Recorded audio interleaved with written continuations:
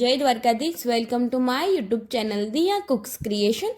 આજે આપણે બનાવીશું એકદમ નવી રીતે અને બ્રેકફાસ્ટમાં બહુ જ હેલ્ધી એવો મગની દાળમાંથી ઢોકળા.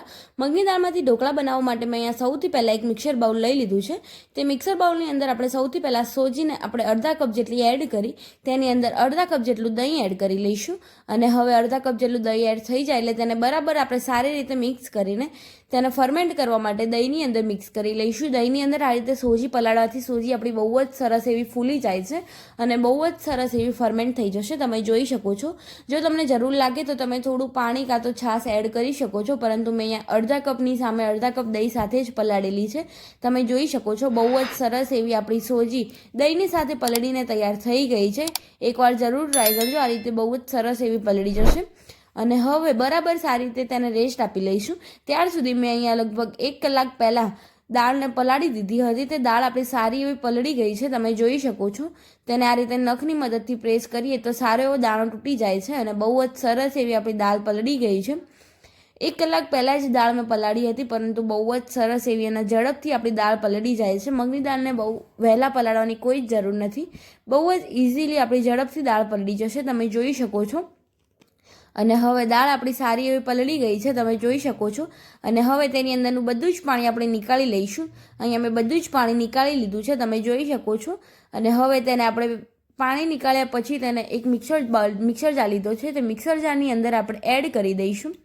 અહીંયા તમે જોઈ શકો છો જરાય તેની અંદર મેં 0 વોટર એડ કરેલું છે. એકદમ માઇનસ એવું પાણી રહી ગયું હોય તો જ, બાકી મેં પાણી એડ નથી કરેલું.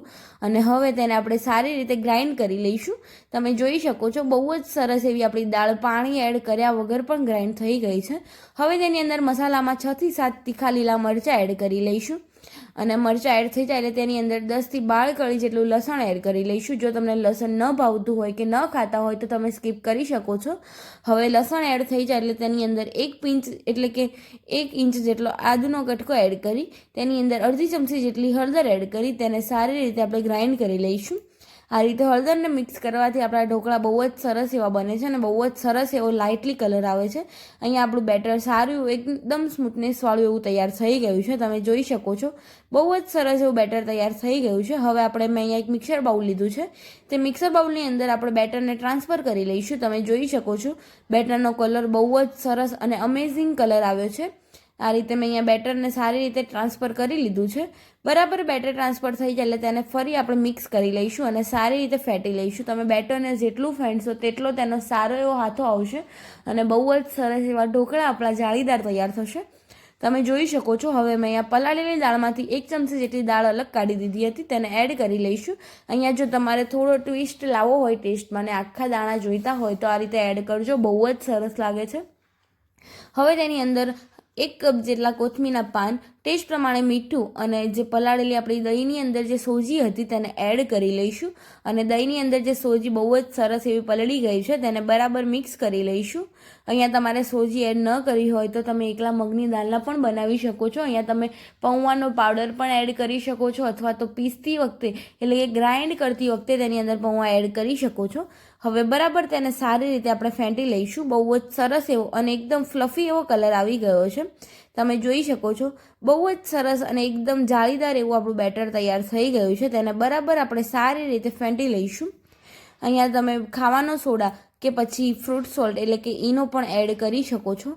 બહુ જ સરસ એવું આપણું ફ્લફી એવું જાળીદાર બેટર તૈયાર થઈ ગયું છે.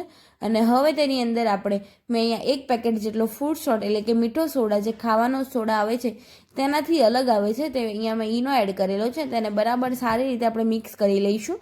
તમે જોઈ શકો છો. અને તેની અંદર થોડું એવું તેલ એડ કરી દઈશું જેથી કરીને ઢોકળા આપણા ઠંડા થયા પછી પણ બહુ જ સોફ્ટ થશે.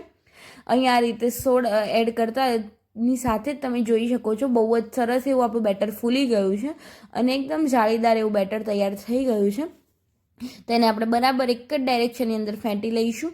અને અહીંયા આપણું બેટર સારું એવું ફેંટાઈને તૈયાર થઈ ગયું છે. તમે બેટરની કન્સિસ્ટન્સી પણ ચેક કરી શકો છો. આ રીતે ચમચામાંથી એક કોટ પડે તે રીતેની જ તેની કન્સિસ્ટન્સી હોવી જોઈએ. હવે મેં અહીંયા સ્ટીમરની અંદર પાણી ગરમ કરવા માટે મૂકી દીધું હતું. તેની અંદર આપણે ઢોકળાની પ્લેટને એડ કરી પ્લેટ પર થોડું એવું તેલ ગ્રીસ કરી લઈશું જેથી કરીને ઢોકળા આપણા સારા એવા ડિમોલ્ડ થઈ જાય, એટલે કે તેને નીકાળતી વખતે બહુ તકલીફ ન પડે. આ રીતે બરાબર તેને સારી રીતે આપણે ગ્રીસ કરી લઈશું. અને હવે તેલ ગ્રીસ થઈ જાય એટલે તેને બરાબર સારી રીતે જે આપણે બેટર બનાવ્યું હતું તે બેટરને એડ કરી લઈશું. તમારે જેટલી થિકનેસવાળું બેટર જોઈતું હોય તેટલું તમે બેટર એની અંદર સ્પ્રેડ કરી શકો છો. મેં અહીંયા બહુ જ સરસ એવું બેટર સ્પ્રેડ કરી લીધું છે. હવે તેની ઉપર થોડો એવો ચીલી ફ્લેક્સ એડ કરી લઈશું. અહીંયા તમે મરી મસાલો કે મરચું પાવડર પણ એડ કરી શકો છો. અને હવે તેને આપણે ઢાંકીને કૂક થવા દઈશું. કૂક થાય છે ત્યાર સુધી મેં અહીંયા એક મિક્સર જાર લઈ લીધો છે. તેની અંદર આપણે ચટણી માટે 1 કપ જેટલા કોથમીરના પાન એડ કરી લઈશું. કોથમીરના પાન એડ થઈ જાય એટલે તેની અંદર આપણે 1 મોટી ચમચી જેટલી ચણાની દાળ એટલે કે ચણા એડ કરી તેની અંદર 1 મોટી ચમચી જેટલી ટોપરાની છીણ એડ કરી દઈશું.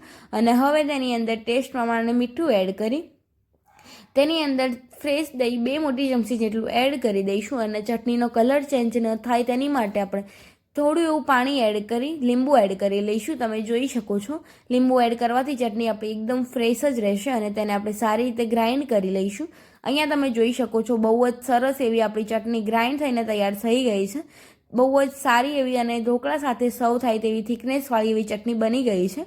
હવે 15 મિનિટ પછી તમે જોઈ શકો છો આપણા ઢોકળા સારા એવા સ્ટીમ થઈ ગયા છે. તેને આ રીતે આપણે છરીની મદદથી વચ્ચે એડ કરીને જોઈ શકો છો છરી આપણી એકદમ ક્લીન બહાર નીકળે છે. હવે તેની અંદર થોડું એવું આપણે તેલ ગ્રીસ કરી લઈશું. તેલ ગ્રીસ કરવાથી ઢોકળાની શાઇનિંગ બહુ જ સરસ આવે છે અને ઢોકળા એકદમ સોફ્ટ અને પોચા થશે. હવે તેની ઉપર તેલ ગ્રીસ કરી લીધું છે મેં. હવે તેલ ગ્રીસ થઈ જાય અને તેને આપણે થોડીક વાર માટે ઠંડુ થવા દઈશું. ઠંડુ થઈ જાય એટલે તેને આપણે સારી રીતે પીસ કરી લઈશું. પીસ કરતી વખતે તમે જોઈ શકો છો તમે તમારી રીતે ચોઇસ અકોર્ડિંગ કોઈ પણ શેપની અંદર પીસ કરી શકો છો. હું અહીંયા નોર્મલી સ્ક્વેર પીસની અંદર જ કટ કરું છું. તમે તમારી ચોઇસ પ્રમાણે કટ કરી શકો છો. અને બહુ જ સરસ એવા ઢોકળા આપણા કટ થઈ જશે. તમે કટ કરતી વખતે પણ જોઈ શકો છો કેટલા સોફ્ટ એવા આપણા ઢોકળા બન્યા છે. બહુ જ સોફ્ટ એવા આપણા ઢોકળા બનીને તૈયાર થઈ ગયા છે. અને હવે તેને આપણે આ રીતે તાવેદાની મદદથી ડિમોલ્ડ કરી લઈશું. એકદમ ઇઝીલી ડિમોલ્ડ થઈ જશે. તમે જોઈ શકો છો બહુ જ સરસ એવા આપણા ઢોકળા એકદમ ઇઝીલી બહાર નીકળી ગયા છે. અને હવે તેને તમને હું બતાવું તોડીને તો તમે જોઈ શકો છો બહુ જ સરસ એવા અને એકદમ જાળીદાર અને સોફ્ટ એવા આપણા ઢોકળા બનીને તૈયાર થઈ ગયા છે. તમે જોઈ શકો છો બહુ જ સરસ અને એકદમ સોફ્ટ એવા તૈયાર થયા છે. હવે તેને વઘારવા માટે મેં વઘારિયામાં 1 ટેબલ સ્પૂન જેટલું તેલ એડ કરી લીધું છે. તેલ આપણું બરાબર ગરમ થઈ જાય એટલે તેની અંદર 1 ટેબલ સ્પૂન જેટલી રાઈ એડ કરી તેની અંદર 6 થી 7 મીઠી લીમડીના પાન અને 1 ટેબલ સ્પૂન જેટલા સફેદ તલ એડ કરી વઘારને આપણે ઢોકળાની અંદર એડ કરી લઈશું. અહીંયા તમારે વઘાર કરવો હોય તો કરી શકો છો અથવા તો તમે વઘારને સ્કીપ પણ કરી શકો છો. અને હવે આપણે ઢોકળાને સર્વિંગ પ્લેટની અંદર સર્વ કરી લઈશું. અહીંયા મેં સર્વિંગ પ્લેટની અંદર ચટણી સાથે ઢોકળાને સર્વ કરેલા છે. એકવાર જરૂર ટ્રાય કરજો. બહુ જ સરસ એવા ઢોકળા અને શોર્ટ ટાઈમમાં બહુ જ હેલ્ધી એવો નાસ્તો બનીને તૈયાર થઈ જશે. અને અહીં આપણી સર્વિંગ પ્લેટ પણ સર્વ થઈને તૈયાર થઈ ગઈ છે. જો તમને મારી આ રેસીપી ગમી હોય તો લાઇક કરજો, શેર કરજો અને કમેન્ટ કરજો. કમેન્ટ બોક્સમાં મને જરૂર જણાવજો કેવી લાગી મારી આ રેસીપી. અને હા, મારી ચેનલ પર જો નવા હોય તો ચેનલને સબસ્ક્રાઈબ કરી બેલ આઇકન જરૂર દબાવજો જેથી કરીને મારી અવનવી રેસીપી તમને સૌથી પહેલાં જોવા મળે. મળીએ કોઈ નવી રેસીપી સાથે. ત્યાર સુધી બધા જય દ્વારકાધીશ, જય શ્રી કૃષ્ણ. અને હા, અહીંયા સ્ક્રીન પર મારી ચેનલની બીજી પણ રેસીપીસ તમને જોવા મળતી હશે. તે રેસીપી પર તમે ક્લિક કરીને જોઈ શકો છો.